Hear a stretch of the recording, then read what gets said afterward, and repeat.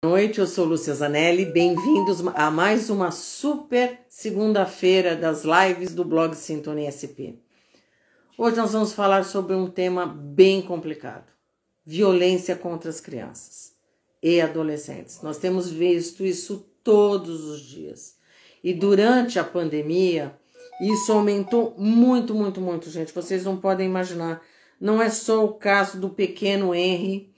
Não é mais o caso da menininha que a gente viu hoje, do bebê que foi morto.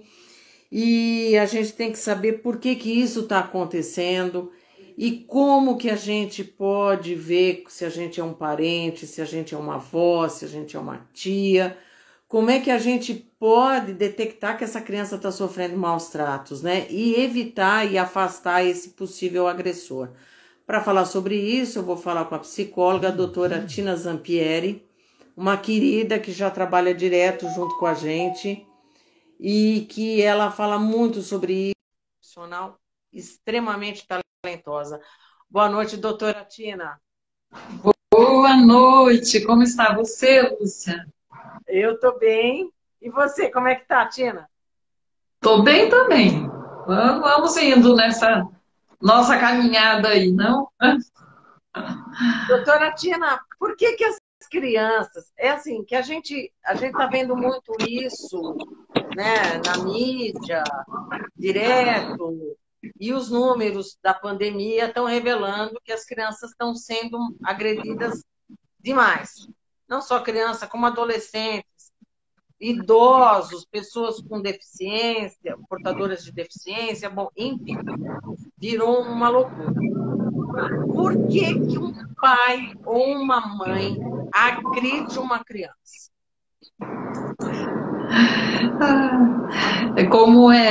Essa resposta é uma resposta complexa, né, Lúcia? Isso acaba acontecendo e não por acaso, ao longo da pandemia, isso tem se acentuado. Na verdade, o que um filho dispara de sentimento ou de reação em um adulto, isso depende muito mais da saúde desse adulto do que da criança em si. Porque criança é criança, né? Tem lá a sua fase de curiosidade, de atividade. Então, quando a gente vê uma criança muito quietinha, tem que se preocupar, não é? E o que isso desperta no adulto depende demais do que vai dentro desse adulto. O que é a constituição da rede de memórias desse adulto? Como está o nível de estresse atual desse adulto em relação à vida dele, como tem andado, mas também em relação à história passada dele. Então, por isso que hoje, e essa história da pandemia prolongada, indefinida, agora tem o aceno dessa esperança vinda com a vacina, e isso, de certa forma, alivia um pouco, mas esse adulto está cansado, está estressado, está preocupado, financeiramente preocupado, enfim. Então, o nível de estresse dele está além daquele, vamos dizer, usual, não de fora de toda essa fase. E se ele já vinha com um histórico de uma dificuldade em acalmar-se quando ele está mais irritado, quando ele está mais preocupado, de repente um tom de voz, uma brincadeira da criança, um choro da criança, é a gota d'água que faz com que essa dificuldade que esse adulto já tinha exploda de alguma maneira inadequada, não é? E acaba afetando a criança de uma forma tão diferente do que seria esperado, não para o comportamento de adultos para com crianças. Existe uma questão também cultural no Brasil de bater nos filhos como forma de educação? Infelizmente, Lúcia, existe sim. Na nossa cultura, existe essa questão transgeracional que ainda é muito forte, que os pais alegam muitas vezes que eles apanharam e estão vivos, não é? Então a gente escuta muito isso, infelizmente, ainda.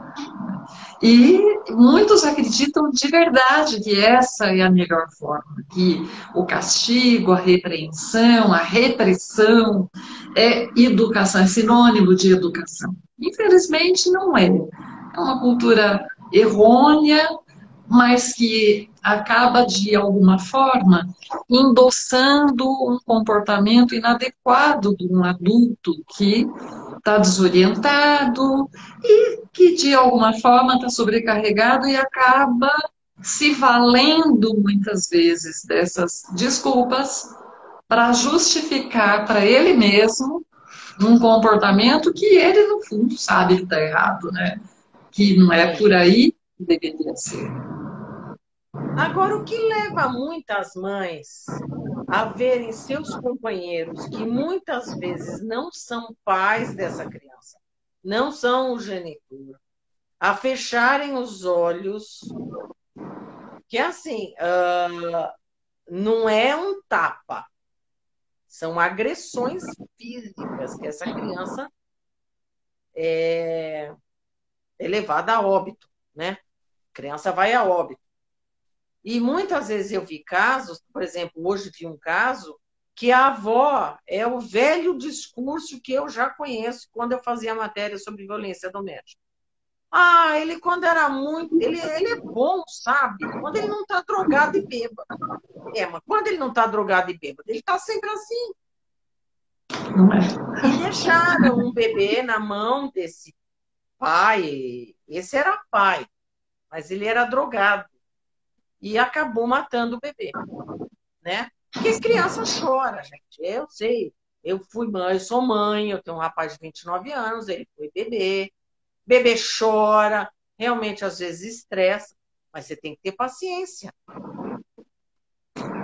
É verdade. Cabe ao adulto ter esse controle emocional que a criança, imagina, está longe de nascer sabendo, né? Ninguém nasce sabendo. Mas, pois é, muitas vezes as companheiras acabam sendo coniventes com a situação da violência para com a criança e para com o adolescente. E nessa conivência, ela também busca em si alguma justificativa para manter-se nessa relação que se estende muitas vezes por uma vida toda, e a criança, o adolescente, vai repetir esse comportamento em outra geração. Muitas vezes a justificativa, infelizmente, boa parte, a justificativa é financeira, não é? Então, ele bate, ele agride, mas ele dá o sustento, não é? E não se encoraja a ir enfrentar a luta e enfrentar a vida de uma forma diferente, onde a sua criança, o seu adolescente possa ser respeitado. Não é? Então, muitas vezes a desculpa é essa, Lúcia, infelizmente. Nós sabemos que a sociedade como um todo, ela é responsável, ela é corresponsável, não? Pela eternalização desse tipo de padrão de relacionamento tão difícil, tão inadequado e que, infelizmente, acontece de uma forma muito, muito frequente. E as pessoas, aí mora um perigo muito grande, porque muitas vezes a pessoa confunde aquilo que é frequente por uma compreensão errônea de que se é frequente, então é normal, né? E sem fazer essa distinção, então leva adiante e mantém-se com o companheiro, infelizmente, se submetendo e submetendo a sua prole a uma situação como essa. Não é? E muitas vezes não é só a questão financeira. Muitas vezes é o padrão de relacionamento mesmo, que essa adulta, essa mulher, tá, adquiriu desenvolveu ao longo da sua vida e que não consegue colocar limites claros para o companheiro, não tem uma comunicação adequada. Então, vamos dizer que ela se sujeita à violência e ela não protege a sua prole da violência que é totalmente inadequada. É complicado. Geralmente esse homem agressor, ele teve um pai agressor, um avô agressor, uma família com problemas de agressividade?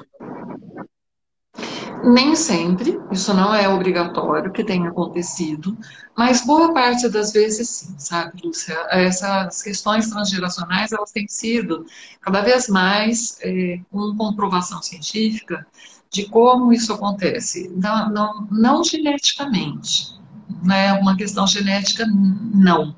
Não do ponto de vista, não é da sequência genética, mas existe até mesmo a questão traumas vividos por gerações anteriores, ter uma repercussão importante na vida dos netos, dos bisnetos, que não necessariamente tiveram contato presencial com essas gerações anteriores que sofreram essas dificuldades. Mas hoje existe evidências científicas que não a sequência genética, mas material celular mesmo, de proteínas, estão envolvidos nessa questão da transmissão transgeracional. Mas, fora isso, não é muito forte essa questão realmente da cultura, do que vai se desenvolvendo neuropsiquicamente nesse sujeito que viveu uma situação de violência na infância, que foi criado dessa maneira inadequada, que tem uma constituição muito falha neuropsíquica, que faz com que ele tenha um controle emocional muito frágil. Ele não tem esse aparato, ele não tem essa condição fisiológica de ter controle emocional.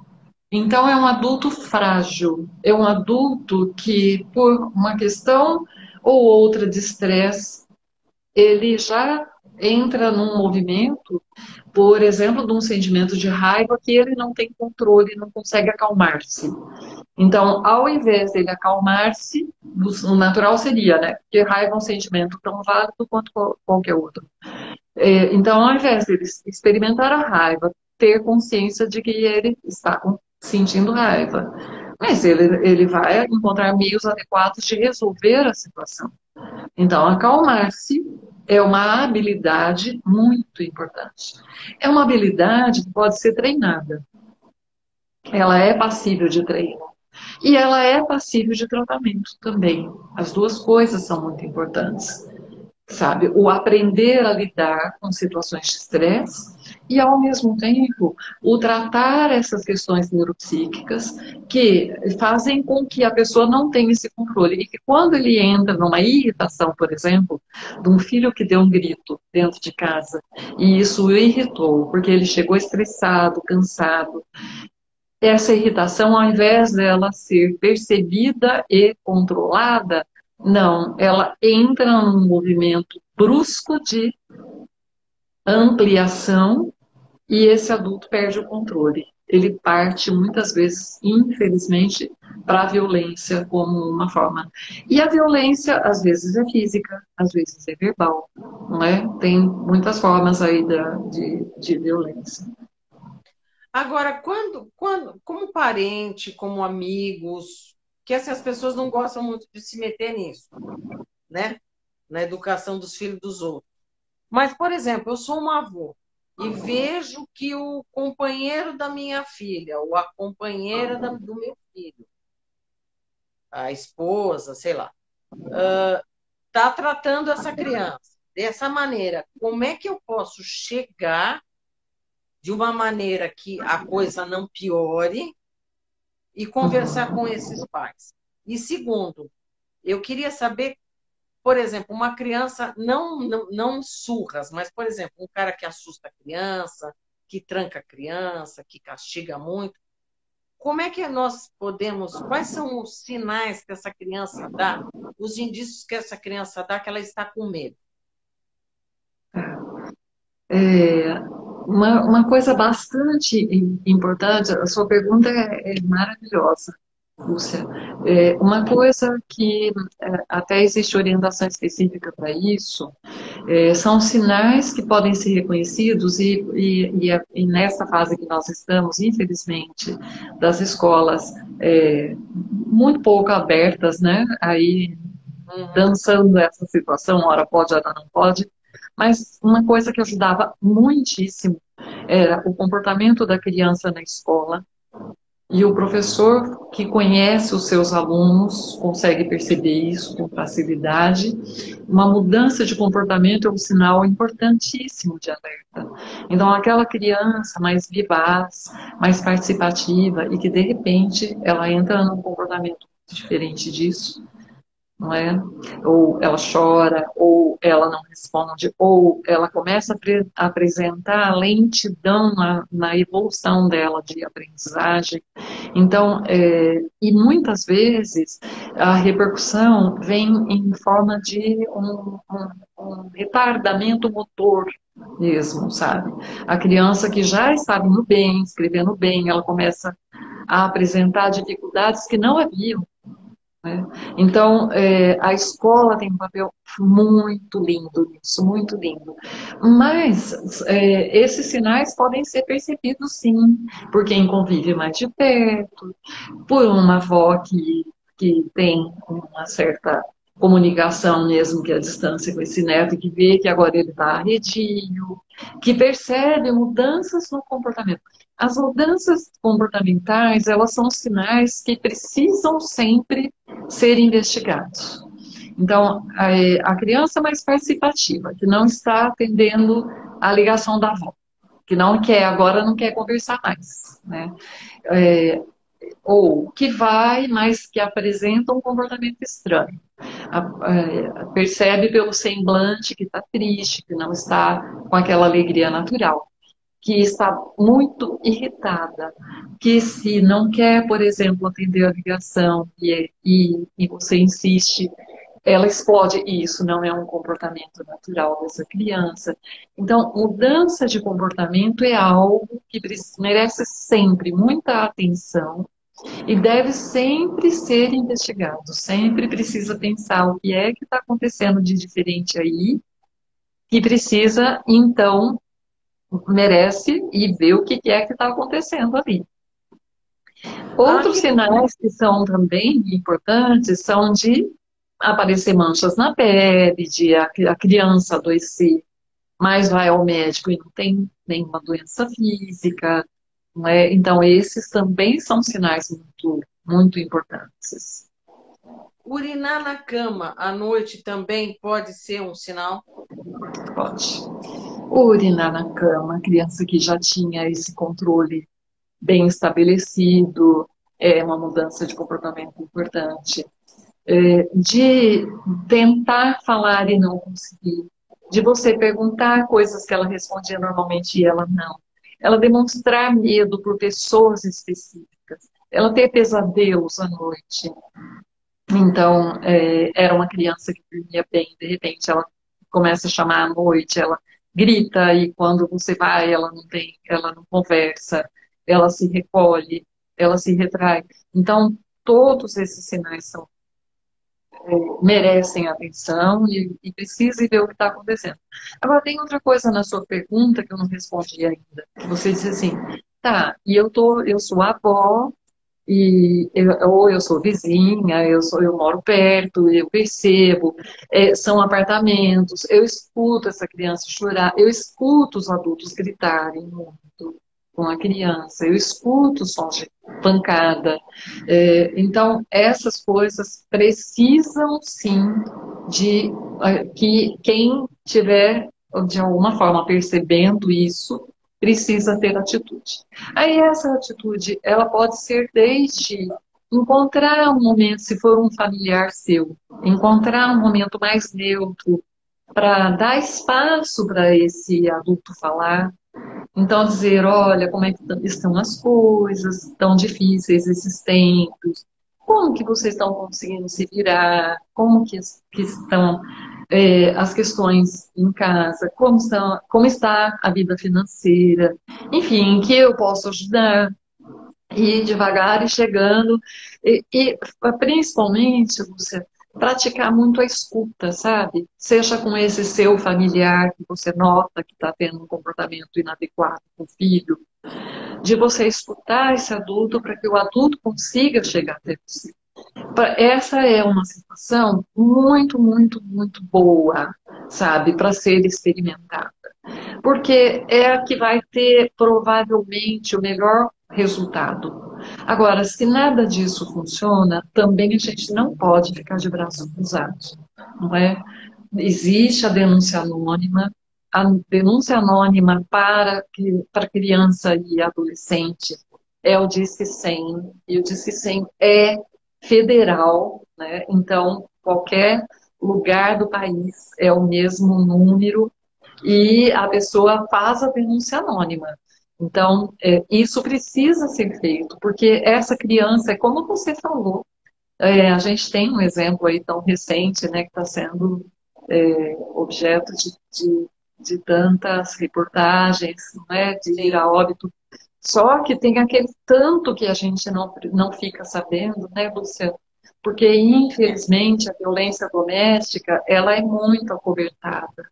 Ela é muito pouco noticiada, muito pouco. Por isso que um vizinho que escuta, que tenta por amizade aproximar, que tenta ajudar que o outro fale, que o outro desabafe, porque às vezes esse adulto que está tão estressado, tendo a oportunidade de conversar com alguém, tendo a oportunidade de se sentir acolhido de alguma forma, isso possa, quem sabe, fazer diferença.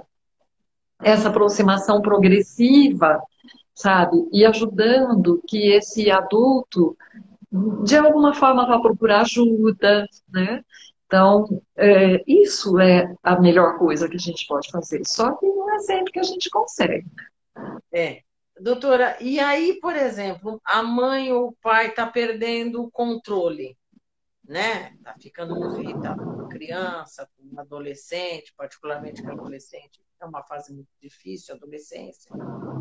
Como é que esse pai ele tem que procurar ajuda psicológica?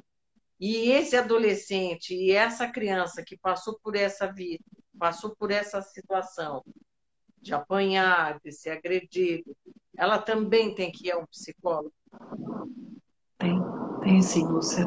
Porque as marcas que ficam de um comportamento estressor continuado, como é a situação da violência doméstica, da negligência, porque essa criança violentada, além dela estar sofrendo violência moral, física, psicológica, ela também está sofrendo negligência. Porque se tiver dois adultos nessa casa, um é violento e o outro compactua com isso pelo silêncio, então essa criança, esse adolescente, além dele estar sofrendo a violência, ele também está sofrendo em superposição a negligência, que são coisas que precisam ser tratadas, porque existe hoje estudos que mostram uma associação muito importante entre a vivência sequencial de situações como estas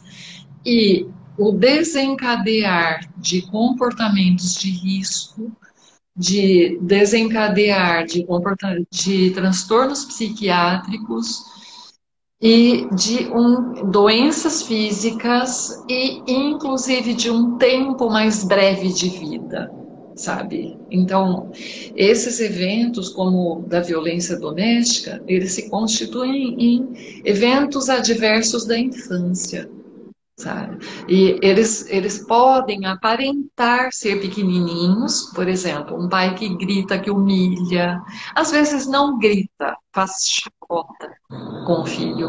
Uma criança, por exemplo, com dificuldade de controle urinário por mais tempo do que os demais, vamos dizer assim, ela pode ser alvo de humilhação. E isso se constitui também um evento adverso da infância e enfim, de vida. É Então complicado. o adulto precisa.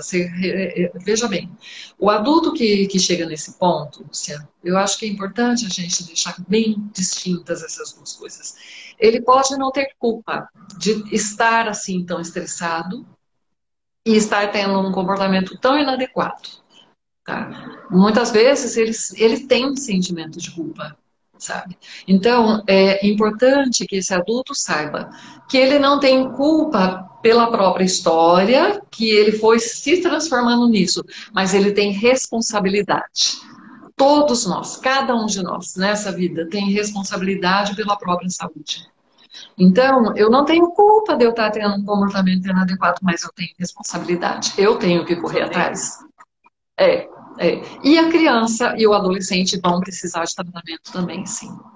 Os dois E precisam. aí, doutora, essas passou pelo tratamento, tudo. Quais as consequências futuras para esse adolescente ou para essa criança?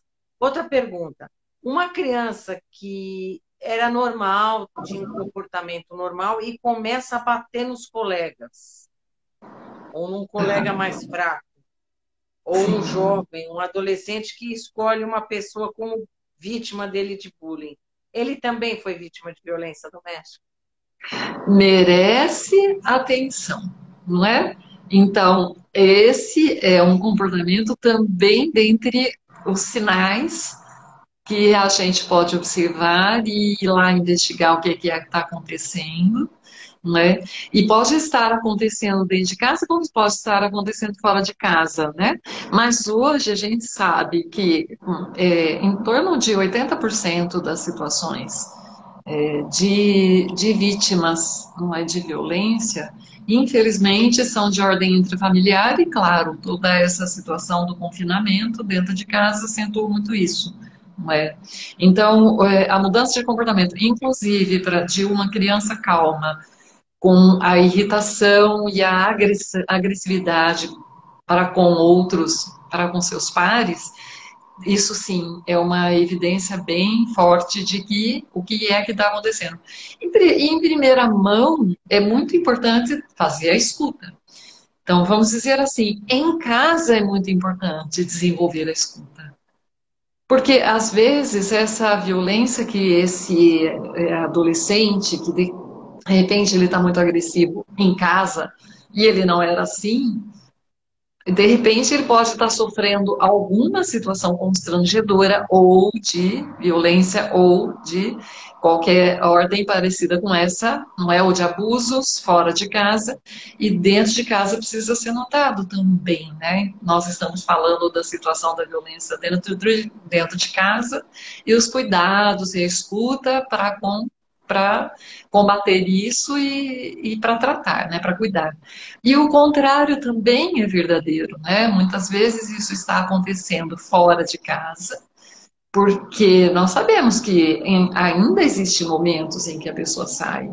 E às vezes, sem sair de casa, ela está sendo violentada via internet, via mídias, não é? E ela começa também a dar sinais por comportamentos diferentes. E um comportamento que os pais precisam ter muito cuidado e muita atenção é o de ficar arredio, é o de não sentir mais vontade de conversar. E era uma criança que até conversava razoavelmente. Então, comunicação é um remédio, sabe? É uma prevenção que precisa ser cultivada muito, muito, muito cuidadosamente em todos os lares. Você falou uma coisa muito importante, doutora, sobre a questão da violência via internet, né? Então vamos falar um pouquinho sobre isso com os jovens, né? Muitos jovens, adolescentes ou até mais velhos, tudo, começam a sofrer esse tipo de assédio nas redes sociais. Como que a gente pode ajudar esse adolescente? Porque quando entra o problema da rede social, a dimensão do problema, o cyberbullying, ele toma uma dimensão que acaba com a vida da pessoa. Como é que a gente pode ajudar? E como é que a gente pode também conversar com esse agressor que começou isso? Então, de novo, sabe, Lúcia, a gente se depara com uma situação da importância da comunicação ser cultivada em casa desde criança, desde pequeno. A família que acostuma, que tem o hábito de perguntar como foi a escola, em épocas que vai para a escola, com quem brincar, e aí qual foi o amiguinho preferido, e explorar isso com a criança, inclusive perguntar o que sonhou quando acorda, sabe? Enfim, fazer com que essa criança e esse adolescente ele perceba claramente que em casa ele tem escuta. Isso é fundamental. Porque no momento que ele estiver vivendo uma situação como essa que você descreveu, via mídias, ele está sofrendo pressão, ele está, enfim, se sentindo encurralado dentro de uma situação como essa. Ele foi exposto, humilhado, fotos indevidas, enfim, da natureza que for. Se ele tiver em casa o hábito da conversa, sabe, da horinha que conversa, se ele souber que em casa ele é ouvido, quando ele fala as bobagens que ele tem para falar, porque fala aquelas coisas, nada a ver e tudo, e o pai escuta a mãe, sei lá, quem escuta em casa, e ri um pouco com ele se sente com, sabe? É essa diferença importante que é entre rir de e rir com. A gente precisa cultivar dentro da família, dentro da casa, do modelo de família que for, o hábito de rir com. Então, você conta o que aconteceu, e aí, o que você, como foi isso, e agora, como você está vendo, sabe? E vão fazer micagem mesmo, mas assim, fazer com que ele tenha uma percepção clara, e eu gosto de brincar com os pais e falar que nem é declarada, que é escancarada, sabe? Fazer com que o filho, que esse adolescente, que essa criança, perceba claramente que é ouvido. Que quando ele está falando, o pai não está olhando para o celular. A mãe não está acompanhando ali, respondendo para a amiga que fez uma pergunta e ela está ali ocupada. Não. Larga essa porcaria para lá. Faz com que o seu filho, o seu adolescente, criança, perceba claramente que é visto, que é ouvido, que quando ele está falando tem alguém prestando atenção nele. Isso aqui, ó, sabe? Essa comunicação em corredor, porque isso vai ser fundamental no momento em que ele estiver sofrendo um apuro como esse que você descreveu. Na hora que começar a acontecer algo assim, e todo mundo está sujeito a isso. Nas mídias, um coleguinha, um estudante par com ele, pressionar, fizer alguma brincadeira de mau gosto, ele tem com quem desabafar isso. Ele não está sozinho numa hora como essa. Sim. Agora, se ele aprendeu que ele está sozinho, é mais difícil, mas é necessário que o adulto tome providências. Então, ajudar e ir fazendo com que ele, em algum momento, consiga falar. E para isso vai ter que muitas vezes falar, filho, eu estou vendo que você não está bem, o que é que está acontecendo, o que está acontecendo de diferente. Olha, eu estou aqui, me perdoe, eu não estava tão atento, mas eu estou vendo que você não está bem, porque o adulto pedir perdão também é importante, não é? Para que encoraje essa criança, esse adolescente a falar, a perceber que realmente ele estava sozinho, mas que agora ele não está, para que ele consiga se abrir. Porque são situações de alto risco, né, Lúcia? Sim. Tanto risco, não é, de grupos que pressionam o adolescente para fazer coisas indevidas, que vai fazendo com que ele tenha uma informação errônea de que em casa ele não tem amor, ele não tem atenção. E, infelizmente, isso acaba, de uma forma ou de outra, o adolescente entendendo que esse falso amigo tem razão, porque a hora que ele tentou falar, a mãe não estava olhando, estava ocupada, estava correndo, estava isso, estava aquilo, e não ouviu, e ele assume isto como sendo a verdade, E aí realmente ele encontra-se numa situação de alto risco. Então precisa ser observado. Se não cultivou o hábito da conversa, é uma boa hora para começar a fazer. E precisa ir atrás, sim. Se foi na escola, informar o orientador da escola, precisa pôr a boca no mundo, não pode simplesmente ficar quieto com uma coisa como essa, é muito grave. Porque isso pode estar acontecendo com o seu filho e pode estar acontecendo com muitos outros adolescentes, Sim. coleguinhas dele. Agora, com relação à internet, como é que a gente pode também controlar o acesso das crianças e evitar que elas sofram algum assédio sexual pela internet? Tem muito predador na rede. Infelizmente tem mesmo. E eles vêm vestidos de amiguinho, de que como se fosse uma outra criança falando com a criança, enfim, todos os artifícios são utilizados para enganar essa criança, enganar-se e tornar-se uma presa fácil, não é? Então, existem meios de controle que os pais devem procurar saber como é que isso acontece. Então, Netflix, enfim, outros provedores têm lá os seus meios de controle, inclusive que orientam como é que o pai pode ficar sabendo quais filmes que o filho viu, onde que ele entrou, onde que ele não entrou. E os pais devem se inteirar disso, sim, na tecnologia, para ele ter algum controle sobre isso. Não é? Então, vamos dizer assim, isso não dispensa a necessidade do cultivo da comunicação, não é? E, paralelo com isso, não é, desse controle, que é um controle, vamos dizer, externo, e é necessário, os pais precisam, sim, estar inteirados de com quem os filhos falam, e aí, de novo, a comunicação é muito importante, não é? E, inclusive, dos pais serem mais participativos, porque às vezes eu digo assim, esse é um tipo de jogo que eu não gosto, né? Eu nem sou muito afeiçoada a jogos Sim. e jogos por internet, mas se eu tenho um filho adolescente, se eu tenho um filho criança que vai entrando numa idade que começa a se interessar por isso, vai ter que fazer parte da sua vida isso. E ao menos um pouco você vai precisar participar, não é? Ou estar junto, sentadinho ali do lado para aprender um pouquinho como é que é isso, para no mínimo você ter condições de falar uma linguagem semelhante, sabe? E perguntar mesmo, e aí, ganhou, foi bom o jogo hoje? Enfim, fazer com que isso faça parte, sabe, da vida familiar mesmo. Porque o risco grande, Lúcia, é quando essa criança, esse adolescente fica isolado. O isolamento o torna uma presa fácil. Se ele tem o hábito de conhecer um amigo novo, né?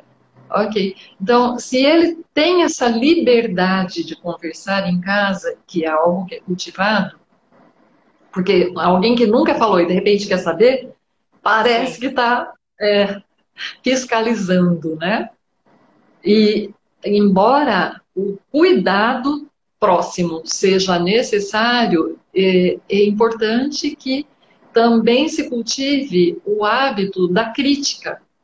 Então, você jogou esse jogo. O que foi bom no jogo? O que foi ruim no jogo? Fazer perguntas para o filho, para o neto, para o sobrinho, enfim. Fazer perguntas que ajudem a ir moldando um senso crítico. Para que, e o que você achou bacana nisso? O que não foi legal do que aconteceu aí nesse jogo hoje? Sabe, porque esse senso crítico que vai desenvolvendo nessa criança, nesse adolescente, é uma arma também, para que Então, ele doutora, possa estar mais esperto com isso. então, eu queria te perguntar uma coisa. Uma criança que começa a ter uns hábitos diferenciados, por exemplo, uma menina que ela começa a ser seduzida por esses predadores da rede. Elas apresentam alguma erotização, alguma sexualidade mais acerbada? Sim. E se esse é um sinal que acontece em toda criança abusada. Então, o abuso infantil faz com que, inclusive, o corpo, a forma do corpo muda e o comportamento muda também. Então, observar tudo isso, não é? E o comportamento mais sedutor, mais sensualizado, mais sexualizado mesmo da criança, do adolescente, o interesse por coisas que não tinha interesse, seja por aproximação, seja por medo, por comportamento de medo, não é? Eles são sinais também que devem ser observados. A erotização inadequada, infantil, ela pode sim estar bem associada com isso. A criança que foi alvo, né, de ver figuras impróprias para a idade dela, não é? Então eu me lembro muito claramente de uma situação de uma criança que tive a oportunidade de tratar, e essa criança dizia então que o tio, né, punha filmes para ela assistir e que ela tinha se assustado muito, que agora ela nem se assusta mais, né? Então, isso sim, infelizmente acontece, não é? Essa aproximação via internet, ela sempre vem camuflada e depois, em algum momento, isso se transforma, né, no coelhinho amiguinho, se transforma em lobo mau. É E complicado realmente isso. põe a criança acuada numa situação que ela não tem condições de lidar com isso, né? Não tem. Agora, por que que uma criança que sofre um abuso sexual, ela não denuncia o agressor? Tá? Essa pergunta sua também é maravilhosa. É muito raro que não só a criança, né, mas mesmo o adolescente também. Porque, principalmente no abuso continuado, e infelizmente existe muito, não é? Então, começa numa idade em que a criança ainda tem uma dependência total do adulto. E o adolescente, ele tem uma dependência muito grande do adulto também. E começa pela dependência financeira, por exemplo, uma linguagem que o adolescente pode entender mais, mas ele tem uma dependência afetiva, ele tem uma dependência de cuidados, não é? Isso faz parte efetivamente ainda das necessidades primárias. E o abusador, o agressor, ele sempre ameaça. Mas veja bem, isso tive oportunidade várias vezes de crianças e de adolescentes, que o pior não era uma ameaça a ele, porque uma ameaça a ele podia ser até um alívio, porque ele ia morrer pronto, sabe? Mas a ameaça era para com as pessoas importantes da vida dele. A mãe, não é? Se existe mãe nessa situação. Então, a ameaça vem dessa forma muito mais, né? De ameaçar pessoas que são cruciais na vida dessa criança ou desse adolescente. E aí, realmente, a criança e o adolescente ficam presos, né? Eles não têm condições de se rebelar contra isso e se sujeitam, se submetem à situação prolongada. Então, daí de novo, se em casa existe o hábito da conversa, existe o hábito de quando um filho conta uma arte que ele fez, e o comportamento do adulto tem que ser muito ajustado e o adulto precisa ter consciência que quando ele está em dúvida sobre como ele deve agir, o mais adequado é que ele procure orientação profissional, porque ele Sim. vai encontrar orientação segura. Não é? Não é no vizinho dele que ele vai perguntar, não é? Não, ele precisa de orientação firme, orientação clara de como ele vai lidar. Não é? Porque a gente não nasceu sabendo, não é obrigado a saber tudo. Mas é a tal da responsabilidade. Eu não tenho culpa que aconteceu isso com meu filho, mas eu tenho responsabilidade, eu tenho que correr atrás. Sobre ele. E por que que geralmente as crianças que são abusadas sexualmente é sempre um parente? Tem um estudo sobre isso? Olha, o que os estudos mostram não é a questão do porquê é um parente. O porquê, a oportunidade é muito maior. não é? Infelizmente, Lúcia, muitas vezes o adulto cuidador, ele não acredita que esse tipo de coisa possa acontecer. E ele acaba confiando excessivamente e sendo permissivo.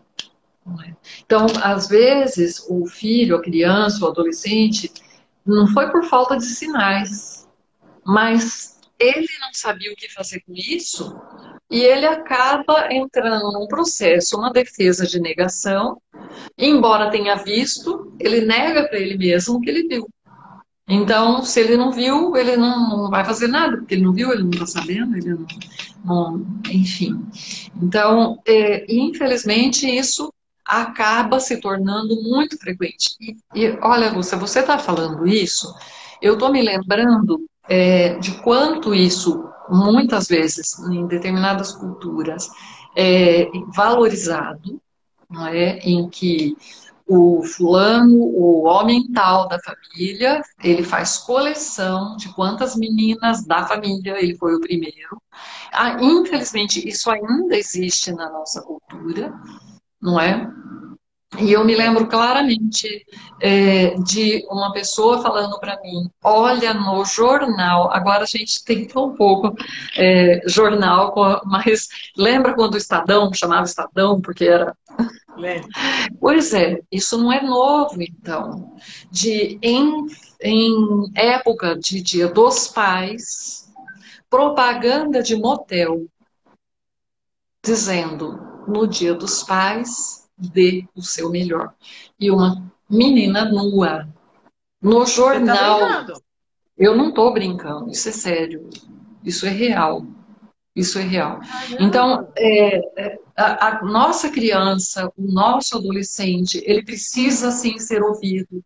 Desde pequeno, tem que acostumar a ouvir, tem que observar sinais, tem que levar a sério aquilo que você vê e que é estranho e que é esquisito. Precisa ser olhado, precisa ser investigado. Precisa sim ter cuidado de todos os tipos, porque é como você disse, muitas vezes dentro da família está acontecendo embaixo do seu nariz e você não está tendo condições de acreditar nisso e muito menos de lidar com isso. É Então, isso que é complicado. passa o tempo e você fala, era só impressão minha. Aquele É, barulho que eu ouvi, não, ele foi só tomar água mesmo, né? E não, sabe, e não faz um cerco, não vai olhar, não vai investigar, e o tempo vai passando, e o tempo vai passando. doutora, tem estudos se são meninos ou meninas que são mais agredidos pelos pais? Ou padrastos, ou companheiros?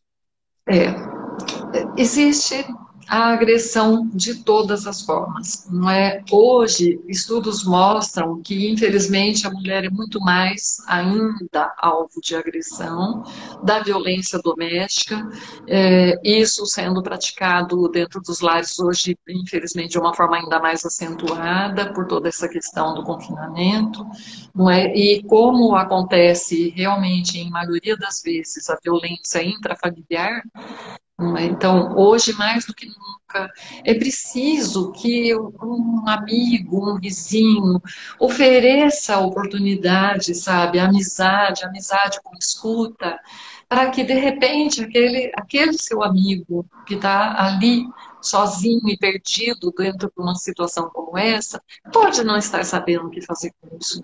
E se ele tem um amigo que realmente ele sente que tem escuta, quem sabe isso ajuda ele a ganhar coragem para fazer uma pergunta ou para fazer um comentário que possa ajudar a elucidar a situação. Mas ainda, Lúcia, infelizmente, sobre a mulher, a maior parte da violência doméstica praticada, né? Mas os meninos sofrem, e sofrem muito. E a repetição tende a acontecer justamente, não é, naqueles Por causa meninos que disso. foram humilhados em casa, que foram espancados, que não foram ouvidos, isso é negligência. A negligência pode ser muito sutil, Lúcia, sabe? Quando tá todo mundo dentro de casa, mas como disse um paciente para mim uma vez, a minha casa parece um monte de ilhas. Com a pandemia, então, tá todo mundo dentro de casa. São vários mundos diferentes. Esse mundo aqui, ó, não sabe o que está acontecendo naquele, não é? É muito triste.